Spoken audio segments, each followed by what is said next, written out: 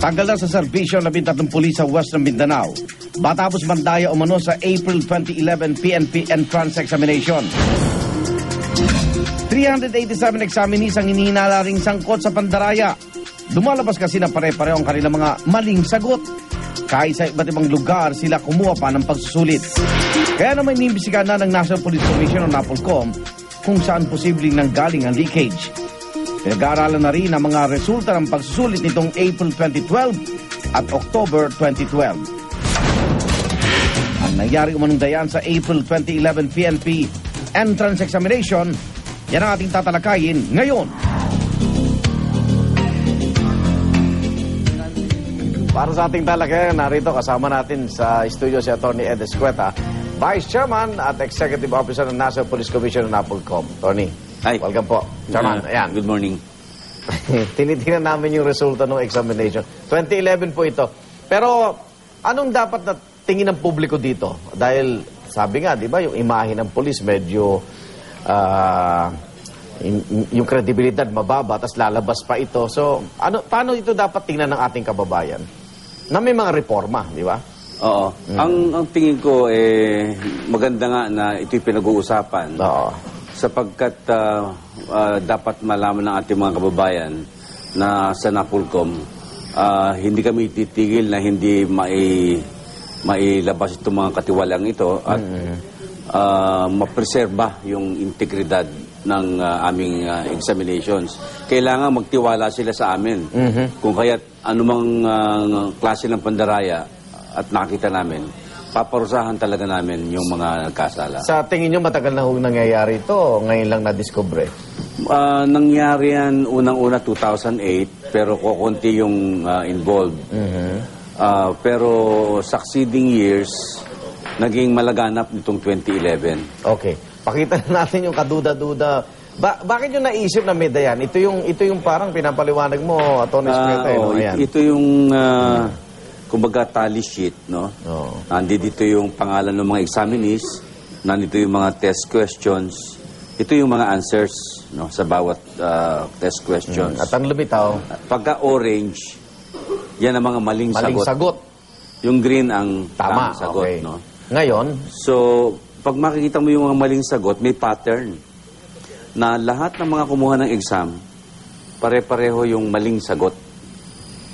So, imposible kasi sa statistics na yung mga maling sagot, out of 5 multiple choices, magkapare-pareho yung mga examinees. Bakit ito mali pa yung nagkapare-pareho, hindi pa ito yung tama? Hindi, kasi yun ang hawak nilang kodigo. May kodigo sila na, siyempre, hindi naman perfect yung gumawa ng kodigo. Okay.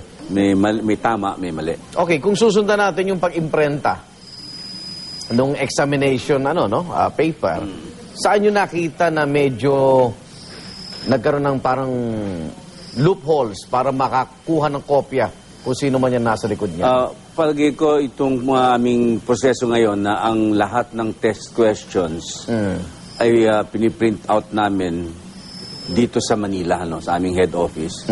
At several days before the exam, pina-farm out na namin yan sa 17 test centers. Okay. So, kinakailangan may lag time yan para hindi mahuli. Okay.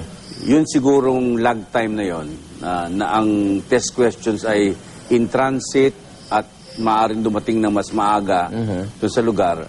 Doon marahil nakakakuha yung mga magtatangkang mandaya ng kopya. Sinasagot nila kaagad yan. Ilalagay yun sa kodigo yung kanilang mga sagot. At ibinebenta sa mga examiners. Yun nga, tanong ko, hindi ito libre, no? So, may impormasyon ba kayo magkano binebenta itong kodigo? Naku, may mga nagsabi na 10,000 hanggang 30,000. Oo. Bakit ito kailan mandaya sa exam? At sino ba pwedeng nasa likod nito?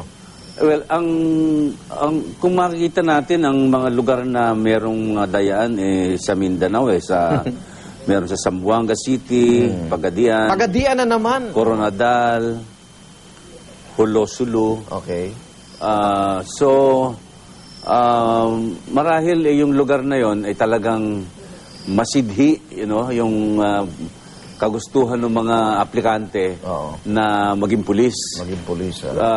at yung mga backer nila, tinatawag na mga amo nila, ang tingin ko ang siyang nagpopondo dahil mas gusto siyempre ng mga tao na to na sa halip na bodyguard lang nila yung mga tao, Police maging na. pulis pa. Okay, meron tayong naging examination noong April 2012 at October 2012. Ayan.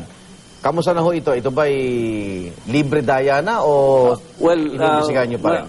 Ang aming proseso kasi is after every exam, when we correct the answers, we just don't release the results until we are able to do the tinatawag na answer sheet analysis. No? O, mga kailan Ina-analyze namin yung answers precisely to determine yung parang ganito. if there is a pattern. No? Kaya yun aming warning sa mga mandaraya sa mga darating na panahon. Hindi po makakalusot dahil lalabas dun sa answer pattern nila kung nandaya sila o hindi. Pero bantayin din natin itong 13 ito dahil bukod sa nandaya, nag-train na ito eh. Baka magtayo naman ng sindikato itong 13 to. Ito ngang 13... Tanggal eh. Ito yung mga nakapasok sa PNP. Oo. Hindi namin Noong 2011, abutan kaagad. oo. At pasalamat nga tayo kay General Estilles sa Region 9 na ini-announce niya na siya na ngayon ang nag-implement Siya na mismo. nung pag-disqualify. Anak ko. Okay, maraming salamat, Tonet. Salamat din sa reformang pinapatupad niyo para kahit paano yung ating mga pulis alam mo, yung pag lumabas ang kalye, no? Respetado. Dapat. At talagang kinatatakutan din, no? Okay, Atty. Ed Escueta, maraming salamat po, Vice Chairman and Executive Officer ng National Police Commission o NAPOLCOM. Yan po ating naging talakayan. Magbabalik ang unang hirit.